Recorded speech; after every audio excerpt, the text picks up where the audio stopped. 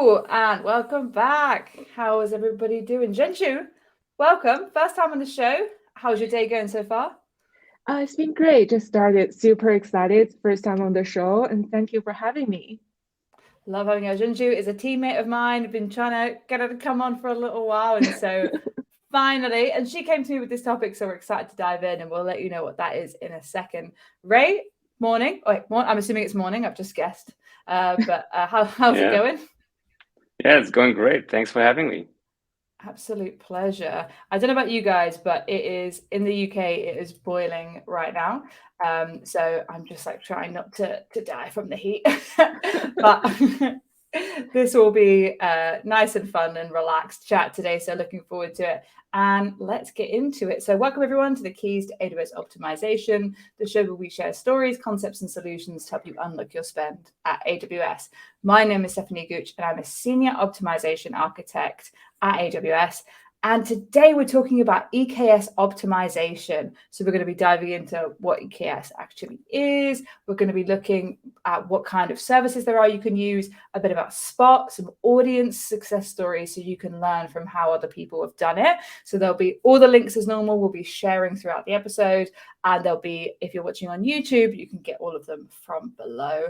If you are watching on YouTube, please feel free to like and subscribe. And everybody watching live, comments, questions, let us know any thoughts that you're having, any questions you want to ask the experts, and we'll do our best to try and answer them.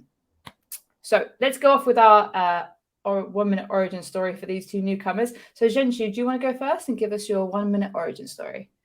Yeah, sure. Thank you so much, for having me. So I'm also a FinOps commercial architect. I work at the same team as Steph Gooch. So I'm very happy to hear. So my core role is also obviously to help our large scale enterprise customers to be more customized and more really efficient in the cloud. So my day-to-day is really to work with our customers through the journey of cost optimization, rip the low-hanging fruits in the very beginning, and all the way up to build up the muscles for the governance to run an efficient cloud usage. So I'm really passionate about the journey and very happy to be on the show to share with it. And also sometimes we work with specialists to dive deep in specific services. This is how I work with Ray. I learned so much about EKS optimization with him. I'm very excited to share that as well. And also real fast, I've been working with AWS now. I counted almost 3 years now. Time's been flying.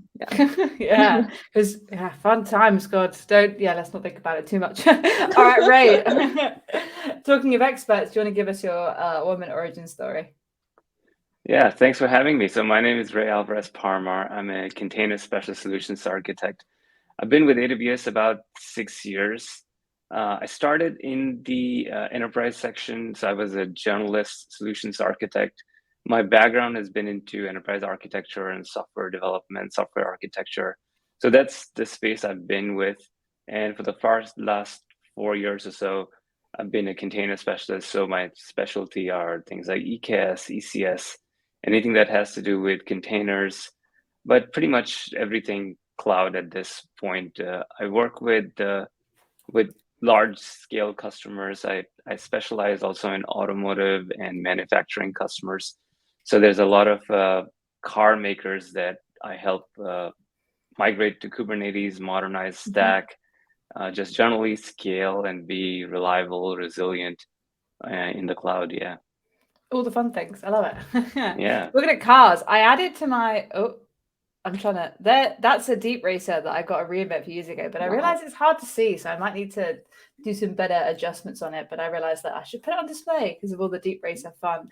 Speaking of deep racer, I was thinking about the AWS Summit. They obviously have all those things, and reinvent tickets have started to go live now. So if you're into the deep racers, definitely come along. And just before I forget, because I will, Summit. If anybody is interested in seeing my Summit talk, they weren't recorded, but of course, I did a recording of it. Tomorrow, we will be sharing that on LinkedIn and YouTube. So check out LinkedIn for that. But enough about that. Let's talk about EKS. And let's start with the question. Ray, what is EKS? Yeah, great question. So, customers have been building applications in the cloud for quite a while now. So the initial story was that when people operated in their data centers, you operated on virtual machines. And that was all great, but the problem with virtual machines was a couple of things. One was it was really difficult to size virtual machines because you could only run one piece of software on a virtual machine, and if you wanted to run another one, you would have problems with resource contention. And then also virtual machines had, if every time you created a virtual machines, you needed to run an entire operating system. So over the last 5-6 years, containers have become really popular because they allow you to run these containerized applications that can run on the same EC2 instance or your server, physical server, without having to run into dependency issues, or you can run multiple copies of the same software on an instance without installing it. It's super easy to package. So once you've built a container image from your software, you take it and you can run it on a Linux machine anywhere, and it pretty much would run it uniformly. So back when I was a software developer, I used to write software, and one of the biggest problem was I would work on my laptop, but then when I would take it to run it on a server, then it wouldn't work because something was missing, or somebody didn't install one of the dependency properly. So with containers, that goes away. You build a container image and you can run it on an EC2 instance, you can run it in an on-premises system, you can run it on your laptop, and it will work just the same way. So that was the reason customers moved from running software locally into containers, because of software packaging, easy to package, easy to distribute, and easy to update. It's a one command update. When you have to update your software, you don't have to go in and say, I changed this file here, change that file there. You just create a container image, you update, you start running the new image. Now you have new version of your software. So that's all great. Yeah. The problem was you could run one container very easily, but how do you run it across hundreds of machines in the same way?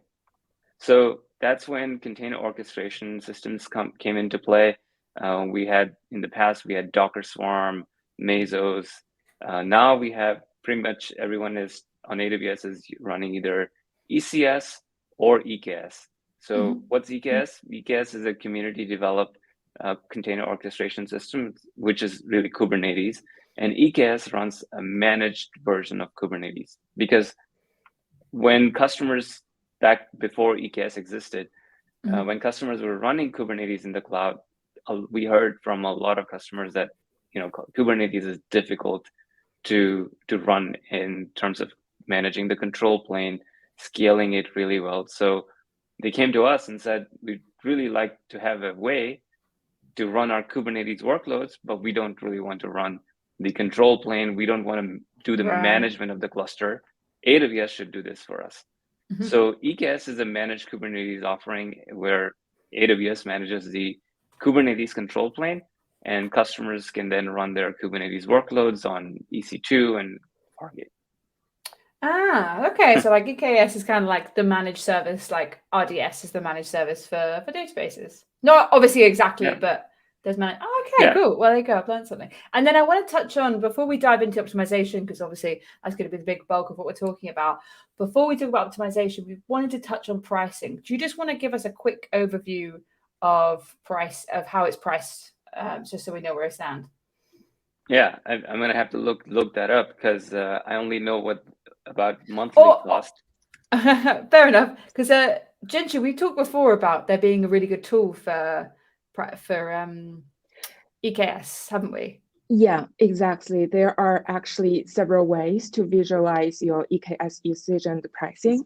So it also depends on how granular that you want to see your data. So to see usage and spend. So if you want to see cost at a cluster level, so it's already available in our cost and if you use our cost and usage reports, I'm assuming that you're a fan and you use cost and usage report, right? How to query that and how to use it. So at the cluster level, you can have it now directly with the report already, because it's already tagged per cluster and all the instances that you spawn up under the clusters, you will be able to visualize it. But if you want to dive a bit deeper into like different kind of pod and different kind of jobs, and then I'm pretty sure like Ray can talk more about it, that maybe like we have you have to have a different add-on that's called KubeCost to give you like more granularity of the efficiencies and how you're utilizing like different like CPUs and etc. So, like Ray, do you want to talk more about that? Yeah. So when you're talking about Kubernetes costs, there's two major areas. So one is the cost of running the control plane itself, which is about 10 cents per hour. So it comes about $73 per month. That's for most customers, that's a very minor cost of running Kubernetes.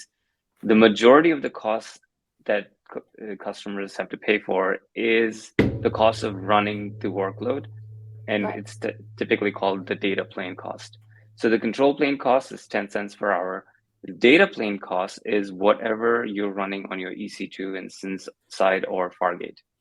Oh, do you know, guys, I always am very honest with everyone who watches when I don't know what's good, like stuff. And I don't think I ever really understood what control plane meant. And now, Ray, I've just understand it. I just so simple. Probably could have I just read the documentation, I would have understood. But thank you for clarifying. All right, let's dive into some optimization, because one of the big things you wanted to talk about was Spot straight out the gate. But yeah, Ray, let's go. What are some ways in which people watching today could optimize? And also a reminder, any questions, pop them in the chat for any container-based questions. But Ray, yeah, let's talk about optimization. Yeah, so like I'm going to primarily focus on like cost optimization, because there's a ton of optimizations that you can do in Kubernetes, and I can probably spend an entire week talking about that. but cost optimization is honestly really a big topic right now, especially given the macroeconomic conditions. A lot of customers are looking into how can I control the cost, how can I reduce the cost, how can I make sure that my workload is optimized. So, as with running anything with software applications, the first place you want to look at is optimizing your own workload. So, back in the day, when I had to request servers for running my software, I was a lazy developer, and I would say, give me the most resources that you can. And that was all great, but that was on premises. We had already purchased services, but in the cloud, you're paying for the service as you're using. So the first place Kubernetes or containers customers should look for is to right-size their applications themselves. So because you're paying for the amount of resources that you use, it's really important to make sure that you are requesting the right amount of resources. And Kubernetes has this concept of resource requirement, where each individual application can say, I want 1 vCPU and I want 4 gigs of RAM. So essentially, that's where customers should first start and make sure that if you're running anything into Kubernetes, that your workload itself is right size. And there are some tools that you can use, like Prometheus and Grafana or KubeCost, to analyze that cost. So that's where I would look the first.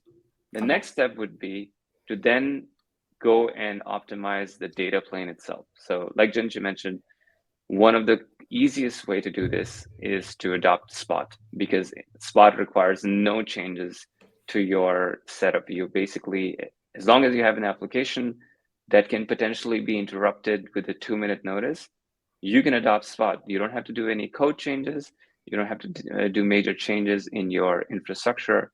So Spot is really the first place that customers should look for after they have, or even before they've optimized their workload itself. And one of the easy things to do in Kubernetes and in EKS is Karpenter. So Karpenter, for those that don't know, is a control plane. It's a data plane autoscaler. So it basically, anytime you need more capacity, let's say you're running 10 copies of your application, and now you need 20. So anytime you need 20, you'd need to add more EC2 instances. And typically the way customers have been doing this for a long time in Kubernetes has been this open source protocol open source project called Cluster Autoscaler. Right. But AWS has built this new cluster autoscaler, which is Karpenter, and it allows customers to really have fine-grained control over the cost of and the way they want to run the data plane. Mm-hmm. So how does it connect back with Spot? The Karpenter, one of the coolest thing in Karpenter is that you can define what kind of instances you'd like to have. So in Karpenter, I can say, I would like to have any kind of instances that are in M family, C family, and then Karpenter will pick the right instance size for your workload. So I don't have to go wow. I don't have to go and say, I only want M5 10XL, because then I'm only scaling, every time I scale, I add M5 10XL. Yeah. Instead, I could just say, you know what, I'm okay with anything in M family, and Karpenter will match the right instance size. Mm-hmm. But so go on, sorry. The last thing I want to say is the even cooler part is that you can specify that I want Spot first. So I can say, get me a Spot instance first, and if Spot is not available, then go on demand. Right. Nice. So what I was going to say was, with I don't know how much you know under the hood of Karpenter, but do you know what what metrics it's looking at to make that decision, or is that too deep? No, it's looking at Kubernetes resource requirements. So anytime you create a pod in Kubernetes, which is how you'd run your application, you can specify the amount of resources that you'd like. So you can say things like, I want 2 vCPUs and I want 4 gigs of RAM. You can also say things like, I want 1 GPU, or I want some huge pages, but that's more specialized use cases. But Karpenter, the way it works is, whenever, let's say you're running an instance and you're running 5 pods on that instance, and now you want it to go from 5 to 10, what would happen is those 5 instances, if 5 pods, if they can't fit in your existing instance, they will remain pending. So Kubernetes is going to say, we don't have the capacity to run this, and these pods will just remain pending until capacity becomes available. Right. So this is where Karpenter kicks in. Karpenter sees that these workloads are pending, these pods are pending, and what Karpenter will do is, it's very smart. It will calculate the amount of resources that those pods need. So let's say you have 5 pods and they each need 2 vCPUs and 4 gigs of RAM. So Karpenter will say you have 5 times 2, you need 10 vCPUs, and 5 times 4, 20 gigs of RAM. So Karpenter will then go and look at your configuration and say, what is the best instance that I can create that would be the most economical and would fit all of these pods? So if you allow Spot, it will create Spot automatically, and now you have an EC2 instance that's been created by Karpenter, and your 5 remaining pods are running. If you don't have Spot, which is one of the concerns that most customers have, is like, what if I run out of Spot capacity in an AZ or a region?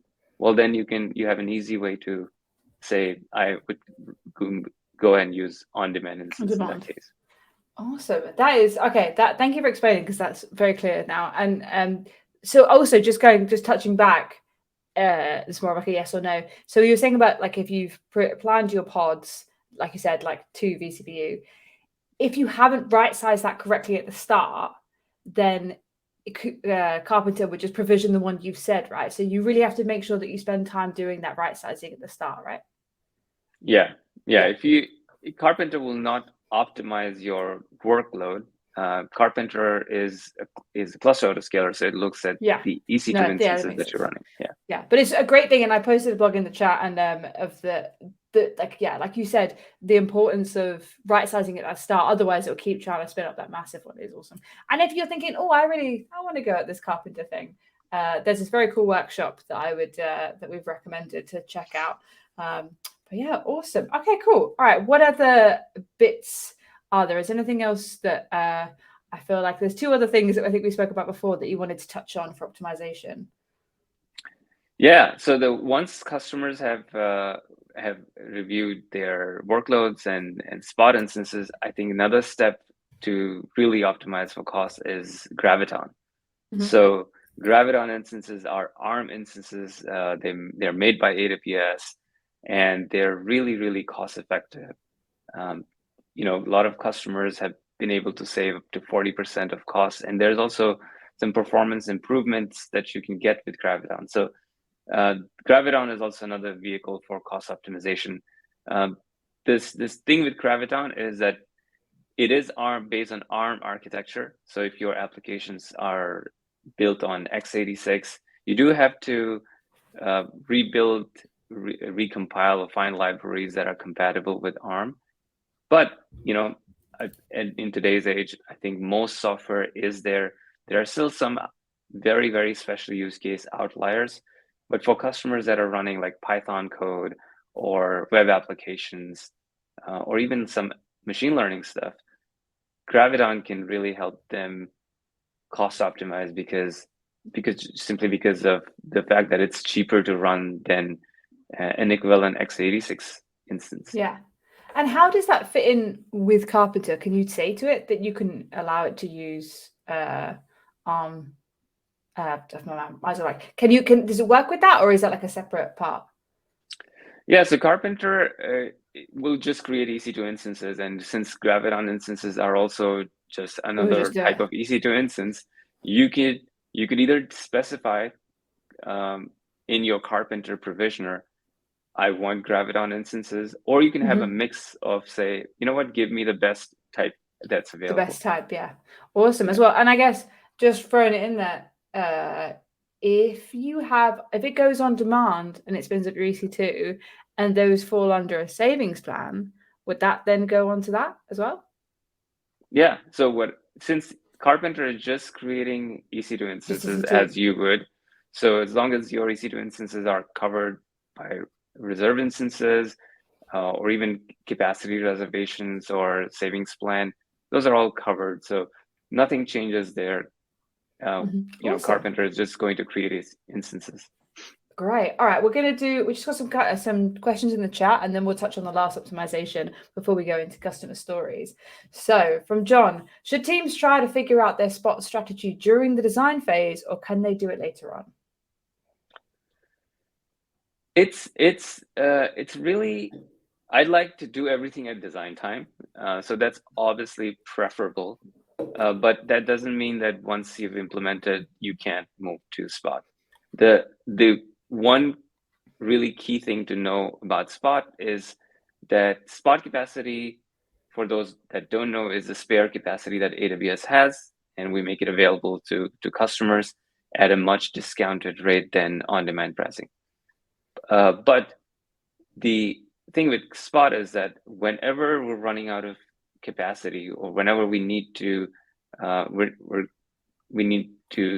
take that capacity and put it into on-demand, anyone that's running a Spot instance, their instance can get reclaimed by Spot. So Spot will send you a notice and say, in 2 minutes, wrap up everything that you're doing, because we're now taking this capacity away from you.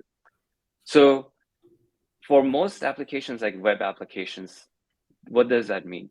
It means that your applications should be able to be interrupted. So if you get a Spot reclamation notice, your application should be able to stop what it's doing, and Kubernetes will restart your application on another node. So with Karpenter, especially with Karpenter, when a Spot instance gets taken away, one of the biggest concerns that customers have is, what's the time that it's going to take for me to add a new EC2 instance? And that could depend on a lot of factors, but we've seen customers being able to add a new EC2 instance within a minute. So if Spot takes away capacity, that's a 2-minute notice. And if you get another instance within a minute, now your workload will move from the Spot instance to another instance, a new instance that Karpenter creates.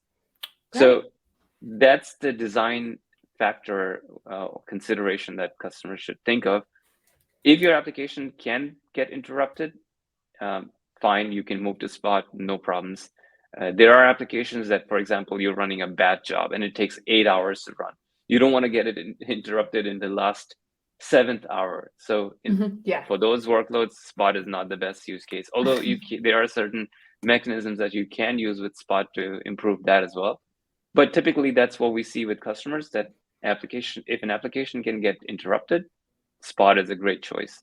If it cannot get interrupted, Spot may not be the best choice. Awesome. Okay, I've got 2 more questions. If Karpenter is Karpenter functionality similar to Fargate for EKS running on EC2 instances? Yeah, so Fargate is another capacity type that EKS has. Just like you can run your workloads on EC2, you can also run your workloads on Fargate. And the benefit with Fargate is that with EC2, you're still responsible for managing those EC2 instances themselves. You have to patch them, you have to update them, you need to make sure that they're secure. With Fargate, the responsibility of running your data plane is now assumed by AWS. So we will create Fargate instances which you can think in broad terms as like EC2 instances that are managed by AWS. So that's what Fargate does. And that's separate to Karpenter, right? Yeah, so the key thing with Fargate is that Fargate only runs 1 pod per Fargate instance. Right. So if you create 5 pods, Fargate will create 5 Fargate instances and run those pods in an isolated environment. The benefit is that if you use Fargate, you don't even need to use Karpenter, because anytime you create a new pod, in Kubernetes, there are 2 scaling mechanisms. If you need to scale your application, remember, you are scaling your application horizontally, wherein you're adding more replicas of the same software. And then as you add that replica, you also need to make sure that you have the capacity to run those applications. So Karpenter takes care of the underlying capacity for when you use EC2. But when Fargate, you don't need it, because in Fargate, as you add more copies of your application, Fargate automatically creates new capacity. So if you're running only Fargate, you don't need Karpenter at all. Oh, okay, I get it. I see. All right, I'm just really aware of time because we're coming up to the end. And Junchu, I want to ask you, because part of the reason that you work with Rave is because of a customer, obviously from a customer story. Do you want to give us a bit of an overview of how a customer kind of took on their workloads with containers? Yeah, sure. So I've obviously learned a lot with Ray, like when it comes to the EKS optimization. I've learned like 3 keywords. This is also like the 3 keywords that we like kind of emphasizes with the conversation with this customer. Like we touch upon the spot savings when you leverage Karpenter. It's just like easier to leverage the spot savings. And the second is to use Graviton to like leverage like performances and also cost optimization. And the last one, like it's cautious of time, that I think Ray also mentioned, is also like the room to optimize and analyze the inter-AZ traffic when you're running like containers, Kubernetes, to see if there's any room to optimize the data transfer cost. So it's like spot savings, Graviton, and data transfer of inter-AZ traffic. And then like the customer story that we're having, like we always have like great savings results with those 3 recommendations. So for example, we've worked together with several automotive customers, and one of them, the saving, for example, on spot savings is actually 100K per month more like after adopting Karpenter. So the results are quite immediate and also obvious. Yeah, I definitely think I need to get like a sound. It's like a cha-ching. I'm gonna make that this way. So if anyone says like, imagine that's coming in the future. And have you got any tips, like in like last 10 seconds, that you would give to a customer to get started if they wanted to move to containers? Anything they should focus on?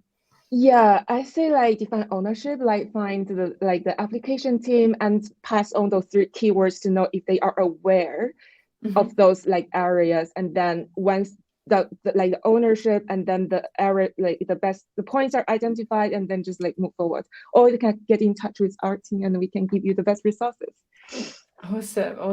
All right, great. Thank you so much, guys, for joining. I've learned so much. I hope everyone watching has.